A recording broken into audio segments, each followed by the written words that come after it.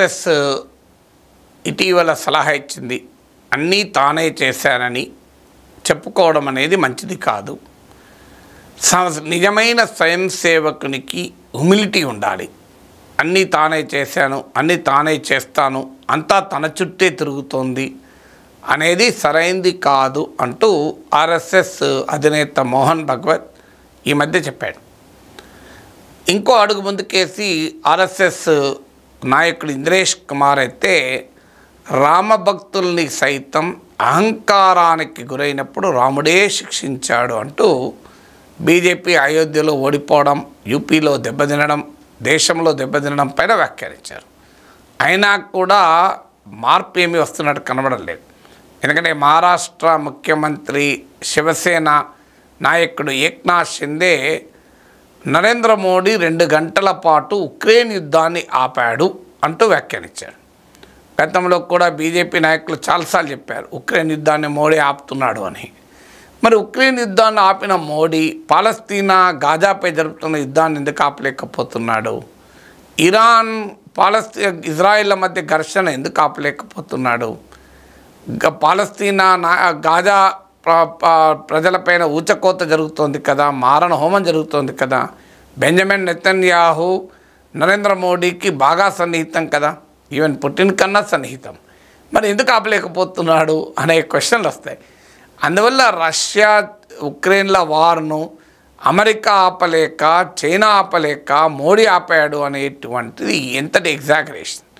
అయితే ఏక్నాథ్ షిండే చెప్పిన కాంటెక్స్ట్ ఏంటంటే మన పిల్లల్ని, భారతదేశం చెందిన విద్యార్థుల్ని మాతృదేశానికి తీసుకొచ్చటానికి కొంత సమయం 2 గంటల పాటు ఆపారని. దీన్ని సేఫ్ ప్యాసేజ్ అంటారు. ఇంటర్నేషనల్లో ఎనీ వార్ సిచ్యువేషన్లో కూడా రెడ్ క్రాస్ లాంటి సంస్థల ఇన్వాల్వ్మెంట్తోని డిప్లొమాటిక్ మార్గాల ద్వారా కొంత మానవతా సాయము, మానవతాపూర్వక అంశాల కోసం యుద్ధములో కాస్తంత రెస్పైట్ అంటారు, విరమణ ఇస్తూ ఉంటారు. ఇది మీకు గాజా పైన ఇజ్రాయిల్ యుద్ధం జరుగుతున్న సమయంలో కూడా యునైటెడ్ నేషన్స్ సంస్థలు ఆహారాన్ని పంపించడానికి, మందులు పంపించడానికి ఇచ్చారు. మీకు గుర్తుండి ఉంటుంది, ఇరాక్ వార్ సమయంలో కూడా అక్కడ చిక్కుకుపోయిన భారతీయులు, కువైట్లో చిక్కుపోయిన భారతీయులు తీసుకొచ్చటానికి కూడా కొంత అవకాశం వచ్చింది. అందువల్ల ఎనీ వార్ సిచ్యువేషన్లో ఇలాంటి అవకాశాలు ఇస్తూ ఉంటారు. దాన్ని వార్ ఆపడం అన్నారు. వార్ 2 గంటలు ఆపడం ఉండదు. ఆపితే వారిని పర్మనెంట్గా ఆపాలి. 2 గంటలు ఆపడము యుద్ధాన్ని, 2 గంటలు ఆపేమని మిగతా 3వ గంట ఎందుకు ఆపలేదన్న ప్రశ్న వస్తాయి కదా. అందువల్ల ఇలాంటి ఎగ్జాగరేషన్ అనేది ఎప్పుడు కూడా శోభనివ్వదు.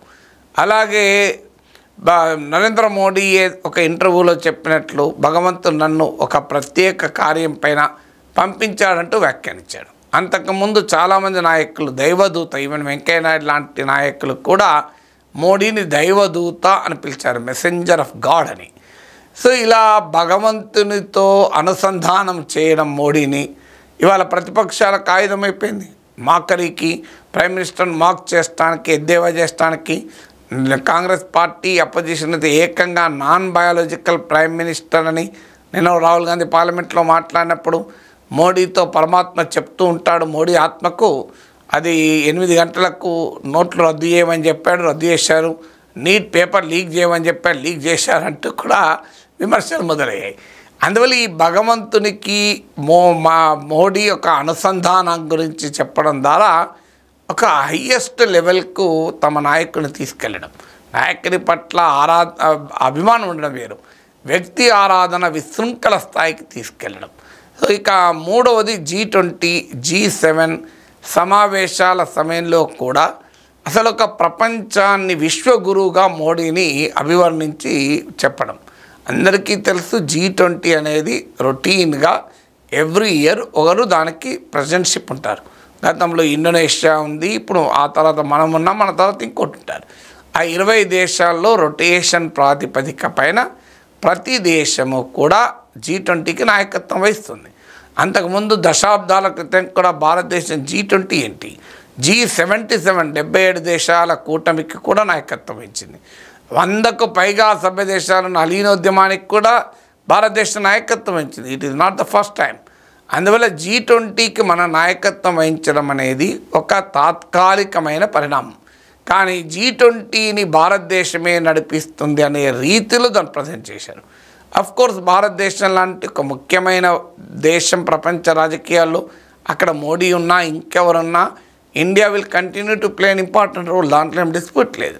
కానీ దాన్ని ఒక స్టేజ్ తీసుకెళ్ళి అసలు G20కి మోడీ కనుకనే నాయకత్వం వహించగలిగాడు, ఇంకెవరికి అవకాశం లేదు అనే రీతిలో దాన్ని ప్రజెంట్ చేశారు. మరి ఇండోనేషియా మనకన్నా గొప్ప దేశమా? మరి ఎలా నాయకత్వం వహించింది? ఇక ఇటీవల G7 మీటింగ్కు మోడీ ఇండియాను పిలిచారు చూడు. భారతదేశాన్ని G7లో మీటింగ్కి పిలవలే. G7లో భారతదేశం సభ్యదేశం కాదు. G7 అవుట్రీచ్ సమ్మిట్ అని జరిగింది. అంటే కొన్ని ఆసియా దేశాలని, ఆఫ్రికా దేశాలని ఈ G7 అవుట్రీచ్ మీటింగ్కి పిలిచారు. నాకు గుర్తున్న వరకు 10 దేశాలను పిలిచారు, ఒక్క భారతదేశాన్ని కాదు. సో అవుట్రీచ్ కార్యక్రమానికి పిలిచిన దాన్ని కూడా ట్విస్ట్ చేసి చూడు G7 కూడా మోడీని పిలిచారంటే ఎంత ప్రాధాన్యత అని. ఇవన్నీ కూడా మన దేశ గౌరవాన్ని పెంచుతున్న మాట నిజం, మన దేశ బలాన్ని పెంచుతున్న మాట నిజం. కానీ దేశం సాధించిన ఘన విజయాల్ని ఒక వ్యక్తి ఖాతాలో వేసి ఒక వ్యక్తితోనే ముడిపెట్టి ప్రొజెక్ట్ చేయడం వల్ల దేశ గౌరవం పెరగదు. అవునన్నా కాదన్నా మోడీ ప్రధానమంత్రిగా ఉన్న సమయంలో భారతదేశానికి ఏ గుర్తింపు వచ్చినా అది అనివార్యంగా మోడీకి గుర్తింపుగానే ఉంటుంది. కానీ దాన్ని Modi's greatness is higher than India's greatness అనే రీతిలో ప్రజెంట్ చేయడమే అభ్యంతరకరం.